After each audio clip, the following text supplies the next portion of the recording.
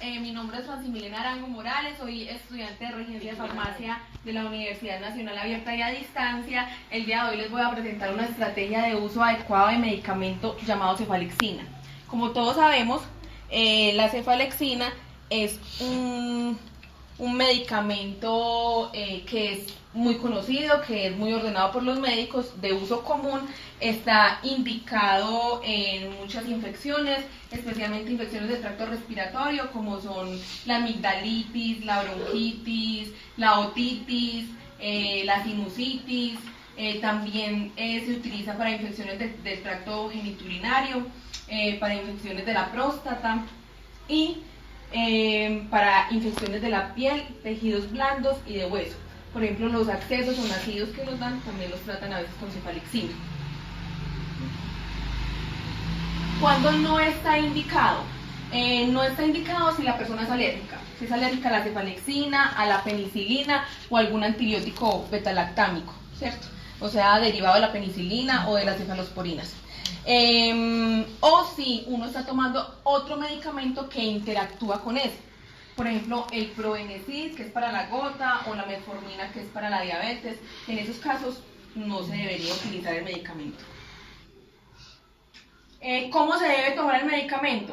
Entonces, si son tabletas o cápsulas, se deben tomar enteras, no se debe partir. Se toma entera con suficiente agua, como lo haya indicado el médico, o sea, en la cantidad y frecuencia que le haya ordenado. Si lo ordenó una pastilla, o sea, 250 miligramos o 500 miligramos cada 6 horas por tantos días, se debe tomar exactamente como él lo haya ordenado. Si es una suspensión oral, o sea que es líquida, esta que disolvemos con agua, se debe agitar antes de utilizarse, porque el medicamento se asienta, se precipita. Entonces se debe agitar para que la mezcla quede homogénea y podamos pues tomar la dosis adecuada. Debemos medirla con una jeringa o con una cuchara de las que vienen medidas para los niños, o los vasitos, las copitas que son con medida también, para poder que la dosis sea exacta. ¿Cómo debemos almacenarla? Entonces, si son cápsulas, pues lo primero es mantenerla alejada de los niños, fuera del alcance de los niños, a una temperatura ambiente, o sea, entre 15 y 30 grados. Es importante no almacenarla pues como en la cocina donde esté en contacto con el calor, ni en lugares donde haya humedad, porque el medicamento se puede alterar. Si es una suspensión, la podemos meter en el refrigerador, en la nevera, pero no se debe congelar, solo en el refrigerador, y pasados 14 días, ese medicamento, si no se ha utilizado, se debe descartar, se bota. ¿Cómo se maneja la cefalexina en casos especiales? Entonces, en el caso de que sea un anciano, no se ha demostrado pues que haya que hacer alguna modificación a la dosis, ¿no? Igual se utiliza como en cualquier otro adulto. Es importante identificar si el anciano tiene una enfermedad de base, por ejemplo, una enfermedad renal. En ese caso, sí ya deben hacer estudios para ajustar la dosis y evitar pues que de pronto el medicamento le haga algún daño. En los niños, cuando los niños son menores de 1 año, no está indicado ese medicamento porque se mantiene mucho tiempo en el cuerpo y puede ser perjudicial para el niño. Entonces, en niños menores de 1 año no se utiliza. En niños mayores de 1 año sí está indicado, pues siempre y cuando el médico lo haya ordenado. Es importante que se administre el medicamento durante todo el tiempo que se ordena. Si se ordenó 7 días, los 7 días. Porque a veces la mamá, cuando el niño ya se siente mejor, al segundo o tercer día le suspende el antibiótico y eso le va a generar después una resistencia. La dosis para los niños se debe medir de acuerdo al peso, ¿cierto?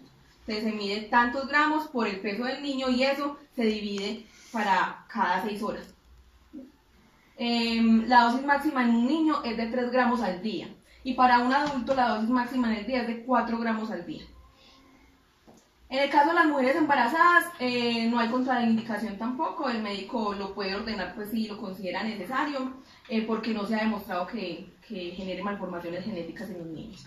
En el caso de las lactantes, de las madres lactantes, sí está contraindicado porque el medicamento se excreta por la leche. Entonces, el niño al tomar la leche pasa al cuerpo del niño y le puede generar diarrea y deshidratación. Entonces, en caso de lactantes no está indicado. Si el paciente tiene una enfermedad de base, entonces ya se determina si se puede o no se puede administrar el medicamento. Por ejemplo, en caso de una colitis, que es una infección, una inflamación del intestino, no está muy indicado. Si se administra, debe ser con mucha precaución. Y en el caso de la insuficiencia renal, se puede administrar, pero ajustando la dosis. Riesgos de la cefalexina. Entonces, los riesgos que corremos al tomar cefalexina es que hagamos una reacción alérgica que se manifiesta por prurito, o sea, rasquiña, pues, eritema, que se ponga uno rojo, que se dematice, se inflame, que le dé fiebre, que le dé dolor en las articulaciones, en los músculos. También pueden haber alteraciones en el sistema nervioso central, como dolor de cabeza, mareos, convulsiones, alucinaciones. En el tracto digestivo se pueden presentar náuseas, vómito, diarrea, boca seca, disminución del apetito, dolor abdominal, hepatitis. En el sistema genitourinario se pueden presentar infecciones vaginales, flujo vaginal, picazón en los genitales y en el ano. Y también pueden presentarse otras infecciones que se llaman candidiasis, en diferentes lugares, en la boca, en los genitales, en el intestino. ¿Con qué interacciona la cefalexina? Entonces, la cefalexina interacciona con el medicamento para la gota llamado Probenecid, con la metformina, que es para la diabetes, con anticoagulantes orales como la warfarina y con los anticonceptivos orales. Entonces también puede disminuir el efecto de los anticonceptivos orales, está contraindicado con anticonceptivos.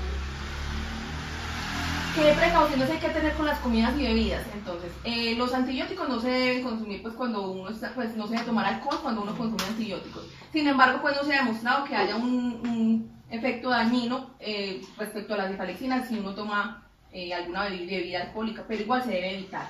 Y con las comidas no se debe comer con cefalexina, o sea, comer y tomar la cefalexina, sino que preferiblemente en ayunas. Ahora, si el paciente presenta molestias gastrointestinales porque el medicamento le está cayendo muy pesado, ahí sí se autoriza tomar la cefalexina con el medicamento.